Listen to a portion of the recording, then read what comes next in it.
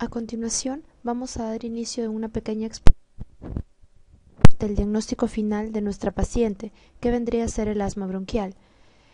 A este diagnóstico final hemos llegado gracias al diagnóstico sindrómico y a los antecedentes patológicos de la paciente, puesto que no contábamos con los exámenes complementarios necesarios para confirmar este diagnóstico, ¿no? Bien, el asma bronquial viene a ser una enfermedad caracterizada por una inflamación crónica de las vías respiratorias y que se va a caracterizar por un aumento de la respuesta del árbol traqueobronquial a múltiples estímulos. Vamos a ver que dentro de su cuadro clínico se van a encontrar episodios recurrentes de sibilancia, disnea y tos.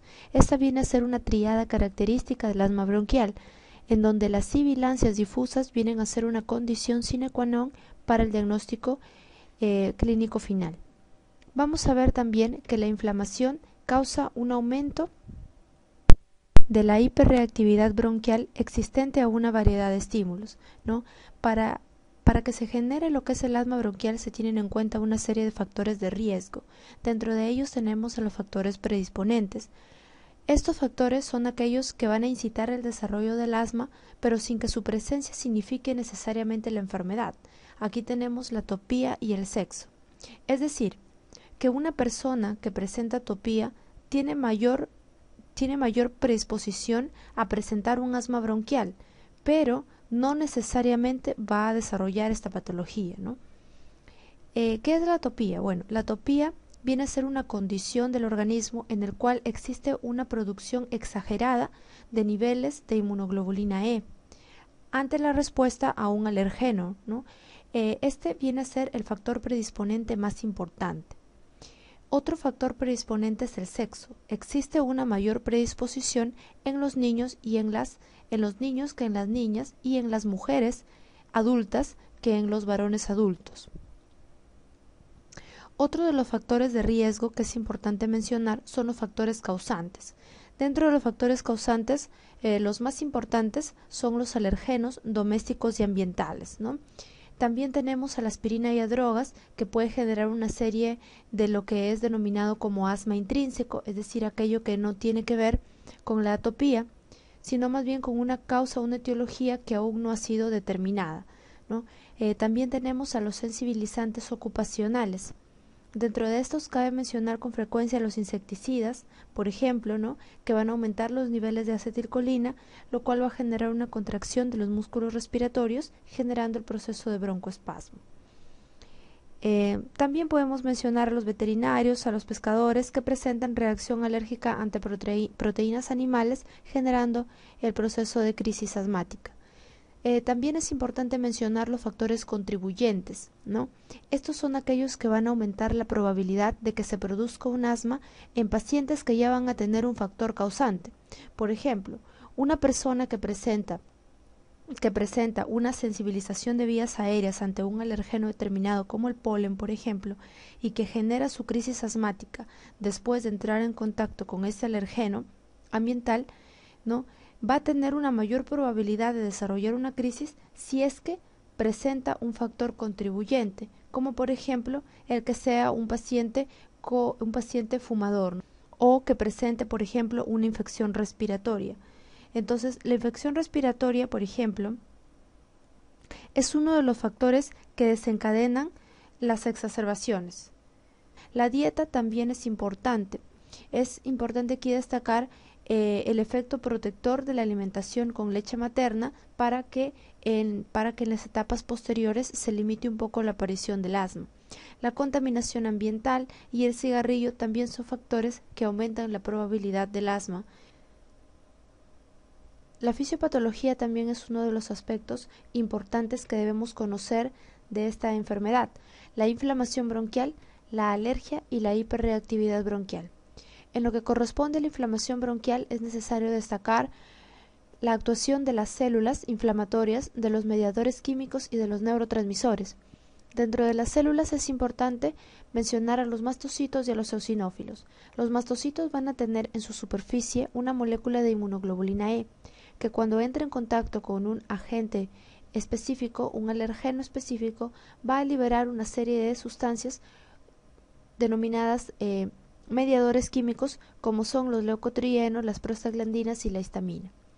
Asimismo, estos mastocitos van a generar entonces una broncoconstricción aguda, ya sea por los diferentes mediadores. Los eosinófilos son otras células que se van a encargar y van a ser las responsables de la lesión epitelial, causando descamación del epitelio respiratorio. Van a estar regulados por los linfocitos TCD4, quienes liberan interleucina 4 para activar a los linfocitos B y finalmente fabricar la inmunoglobulina E. Los mediadores químicos liberados por estas células vamos a tener aquí a la histamina, que va a generar una broncoconstricción en pacientes con reacción alérgica, a los eicosanoides que siguen la vía de la ciclooxigenasa, liberando una serie de prostaglandinas como la prostaglandina E2 y D2. La prostaglandina E2 presenta una leve acción broncodilatadora, mientras que la D2 va a presentar un potente efecto broncoconstrictor. También tenemos el factor activador de plaquetas, que es un potente broncoconstrictor y quimiotáctico de neutrófilos. Finalmente, estos mediadores químicos van a ser los que van a generar el edema y la broncoconstricción. Los neurotransmisores liberados en este proceso tienen que ver con el sistema nervioso autónomo.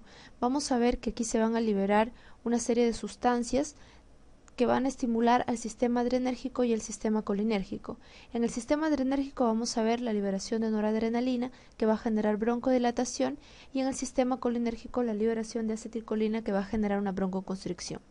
Es importante conocer estos aspectos, puesto que nos van a permitir entender a qué niveles actúan los fármacos.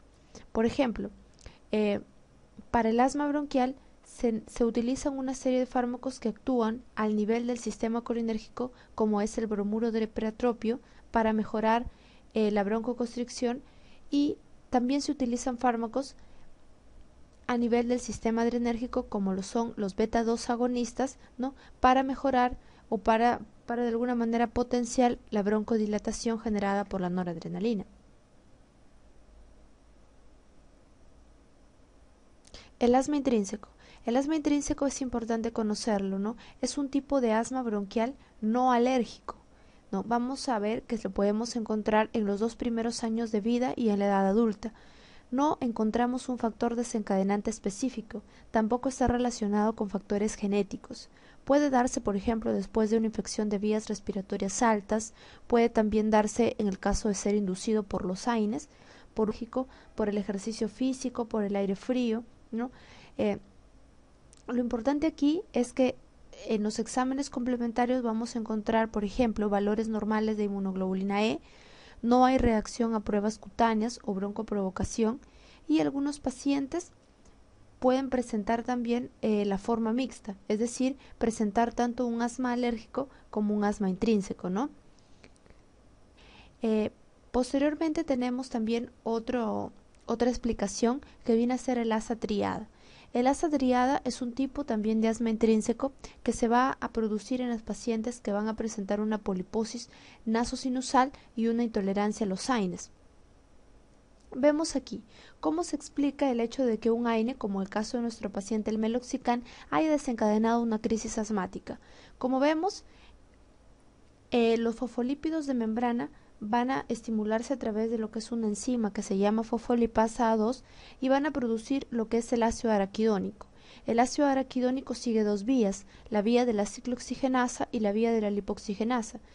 En la primera vía de la ciclooxigenasa se van a generar una serie de sustancias como las prostaglandinas y los tromboxanos, y en la segunda vía de la lipoxigenasa se van a generar los leucotrienos. Finalmente, todas estas moléculas van a generar la inflamación.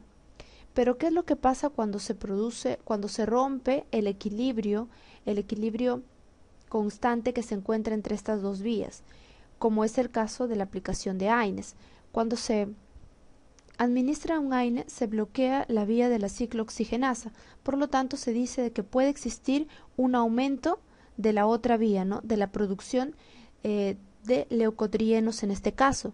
Entonces, entendiendo este mecanismo de acción, podemos comprender por qué últimamente han salido unos nuevos fármacos que se conocen con el nombre de antileucotrienos, que si bien es cierto no son de primera elección para el tratamiento de los AINES, pero que pueden ser utilizados a largo plazo como medicamentos controladores, que van a de alguna manera mejorar el proceso de broncoconstricción. ¿Qué es lo que van a hacer estos medicamentos, ¿no? Estos medicamentos van a permitir disminuir el edema, disminuir la broncoconstricción, promover la relajación del músculo liso y disminuir la hipersecreción de moco también. Todo esto se realiza a través del bloqueo de los receptores de leucotrienos. Eso es todo. Muchas gracias.